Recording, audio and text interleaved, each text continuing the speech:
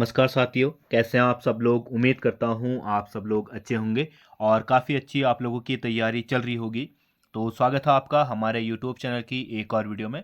तो आज की वीडियो में हम बात करेंगे सामान्य हिंदी प्रैक्टिस सेट की, जिसका है आज भाग 36। तो इसमें हम हिंदी के बहुत ही महत्वपूर्ण सवालों के बारे में यहाँ पे चर्चा करेंगे। तो चलिए वीडियो को शुरू करते हैं। तो आज की वीडियो का पहला सवाल है, निरोग में कौन सी संधि है। तो देखिए, एक शब्द दिया गया है हमारे पास निरोग, हमने बताना है इसमें संधि कौन सी है। तो देखिए, संधि के तीन प्रकार होते हैं। एक होता है स्वर संधि, दूसरा व्यंजन संधि और तीसरा विसर्ग संधि। ठीक है, तो हमने बताना है कि इन तीनों में से इसका कौन सा प्रकार है। अगर बात करें निरोग की, तो निरोग का संधि विच्छेद होता है निह धन रोग।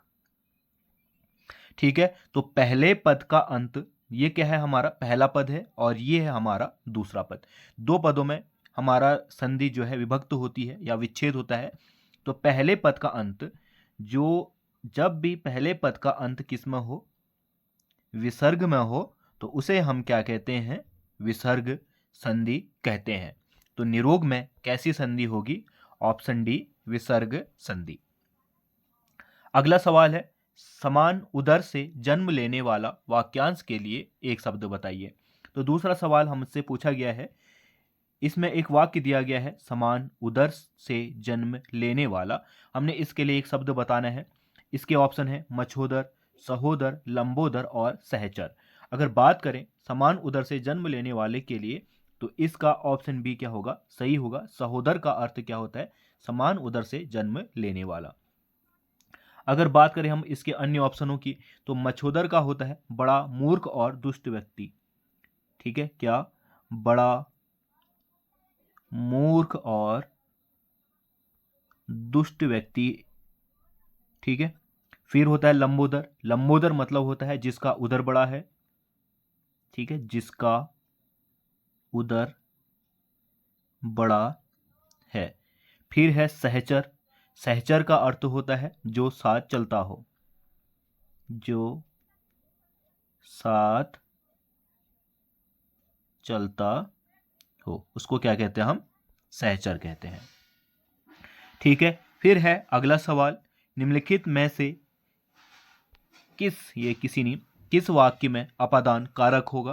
तो देखिए, कारक के अपने प्रकार होते हैं। ठीक है, हिंदी में बात करें तो कारक के 8 प्रकार हैं और प्रत्येक कारक का अपना एक कारक चिन्ह होता है। जैसे कर्ता कारक है तो इसका कारक चिन्ह होता है ने। ऐसे ही कर्म कारक है, इसका कारक चिन्ह होता है को। फिर है करण कारक। ठीक है, इसका चिन्ह होता है से। तो ऐसे ही 8 प्रकार के कारकों का अपना अपना एक चिन्ह होता है। तो हमें पूछा क्या गया है, अपादान कारक।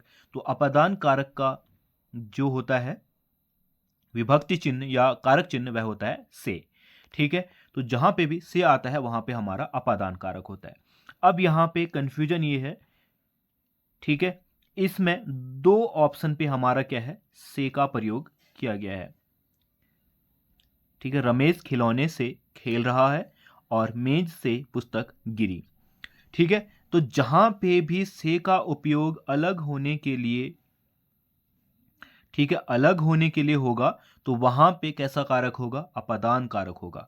और जहां पे से का उपयोग माध्यम के लिए होगा, वहां पे कैसा कारक होगा, करण कारक होगा। ठीक है, जैसे मैं कहूं कि क्रिकेटर कोच से क्रिकेट सीखता है, तो यहां पे से किसके लिए किया गया है प्रयोग, माध्यम के लिए या फिर किसी चीज को सीखने के लिए। तब कौन सा आएगा, हमारा करण कारक। ठीक है, जब कोई वस्तु किसी चीज से अलग होती है, अलगाव का वहां पे आता है, तो अलग होने के लिए जब से का प्रयोग किया जाता है, तो उसको क्या कहते हैं हम, अपादान कारक। ठीक है, तो तीसरे का मेज से पुस्तक गिरी, यानी कि मेज से जो है पुस्तक अलग हुई, तो यहां पे से का अर्थ क्या होगा, हमारा अपादान कारक। यानी कि तीसरे का सही आंसर क्या है, ऑप्शन डी, मेज से पुस्तक गिरी। फिर है अगला सवाल, स्वर्णिम शब्द में कौन सा प्रत्यय है। तो हमें एक शब्द दिया गया है स्वर्णिम, हमने बताना है कि इसमें कौन सा प्रत्यय है। तो प्रत्यय और उपसर्ग दो अलग अलग चीजें हैं, ठीक है। उपसर्ग जो है शब्द के आगे लगता है और प्रत्यय जो है शब्द के पीछे लगता है, ठीक है। अगर स्वर्णिम की बात करें तो स्वर्णिम में मूल शब्द कौन सा होगा हमारा, स्वर्ण, ठीक है।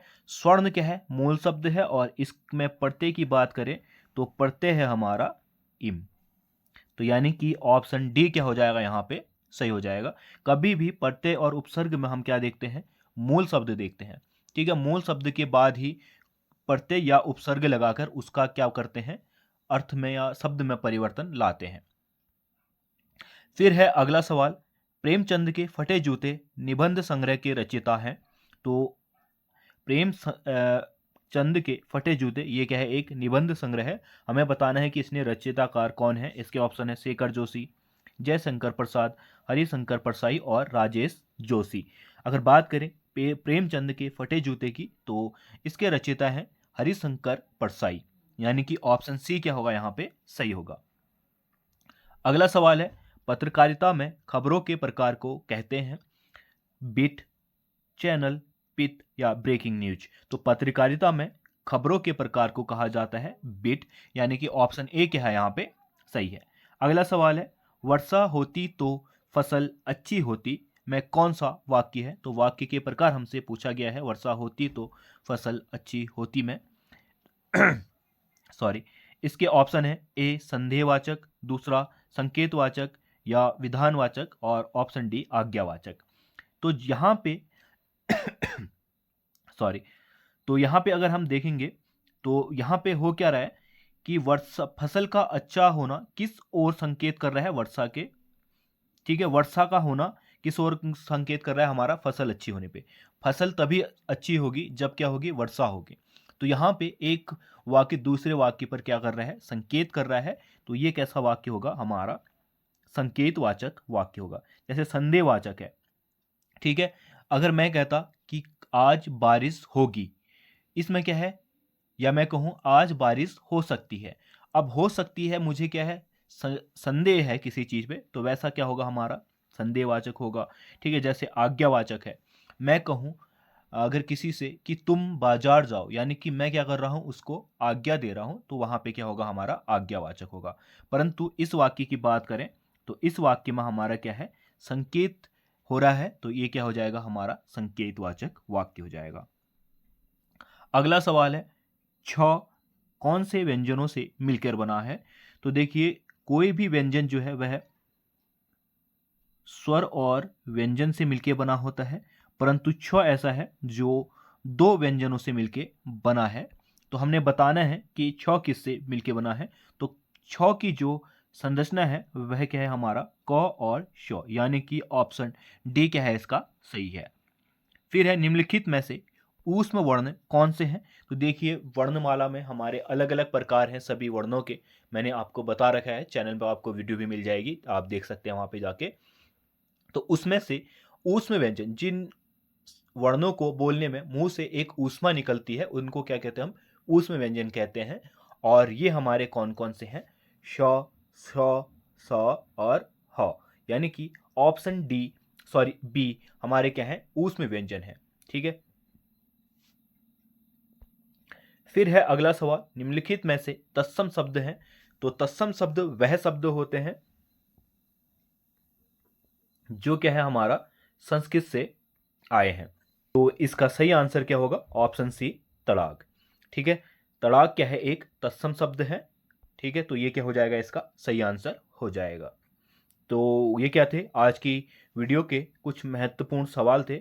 उम्मीद करता हूँ आपको वीडियो पसंद आई होगी। अगर वीडियो पसंद आई है तो वीडियो को लाइक कर देना, साथ ही साथ शेयर भी कर देना, और अगर चैनल में नए हो तो चैनल को सब्सक्राइब करके जरूर जाना। हम मिलते हैं अगले वीडियो में, तब तक के लिए बाय।